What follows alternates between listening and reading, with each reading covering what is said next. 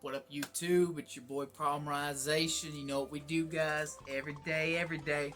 You know what? I'm going to talk about in this video because it is the time of the year.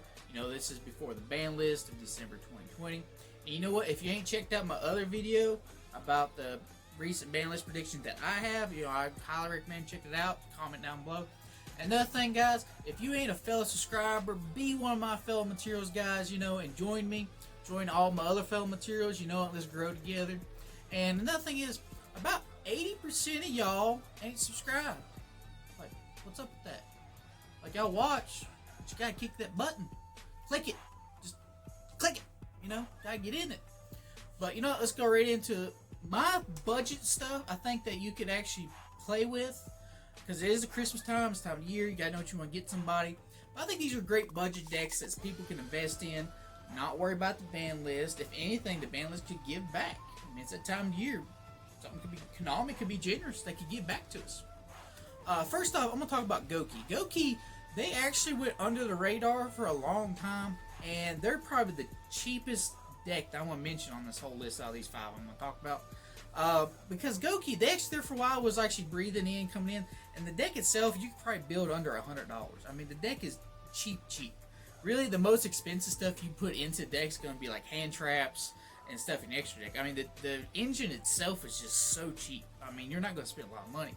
I mean, they can combo off, they can go and go and go, and they're really good. They can be used as Soul Day. They can probably do a bunch of other stuff. Now, number two I'm going to talk about is Salmon Greats. Now, Salmon Greats, they've always been a budget deck. Always have been. But I think Konami might actually give us stuff back maybe for Salmon Greats, because I think it's sort of been powered, but they can still steal some wins. They're still good what they do. I mean, Salmon Greats, don't sleep on them. I mean, they're still a good deck. There are a few more mechanics in the game that kind of flounders on them and hurts them a little bit, but I would say Salmon Greats are still a great build. I mean, they've been reprinting the 10s, all the stuff. I mean, you could actually just start out small with the commons, and if you wanted to, you could slowly max rarity it out, and it wouldn't take too long to do it. But, you know, take your time with it, and it can work for you, especially with the reprints of Silent Minings and all that stuff. So, there's a lot of good options with Salads, and with their Cybers, there's always going to be new Cyber support. So, I think that's going to be really good for a budget player. Plus, could potentially, you know, maybe even ease its way back in the meta. We don't know, but we'll see. Now, speaking of meta, I think another deck that's really good in budget that will still see a lot of fan favorite plays is Sky Strikers. Now, Sky Strikers, they're one of those decks like they've been put in other engines, and they still can get some wins here and there. They, you know, when they're piloted right and built right, but it's still budget. I mean, they've been reprinted so much. You got like in the 10s, you got in the, so they got reprinted some other stuff. I mean, if you really want to max rarity this deck, you can pull the ultis. I mean, this deck can be max rarity. There ain't no doubt about it. I mean, we spend a lot more, but from a budget player, I think you can still play this deck relatively cheap. You could probably still build it between the 100, 150 range as a budget player. Not too much. The most I can see you doing is if you want to put in like the Dragoon package. Noted if Konami doesn't do something for the ban list. So, Sky Striker is actually going to be a really good budget deck, and, you know, I think that one will be really cool. I mean, Konami could give back to us on the ban list. They could give Engage back to 1 or something.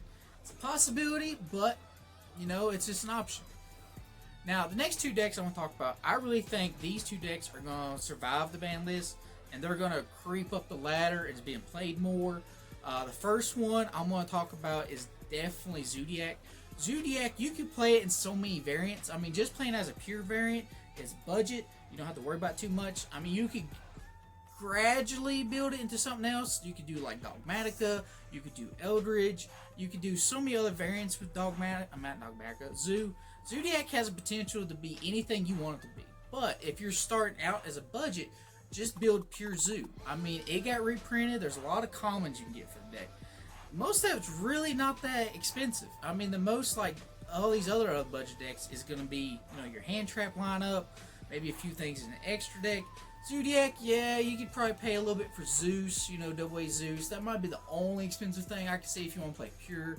But it's still virtually, you know, a budget deck. I mean, it's still really fun. It's kind of slow at first. I mean, a lot of people are going second with it in the pure. they'll actually add main like dimension shifter, which that shuts off a lot of decks. I mean, it really does.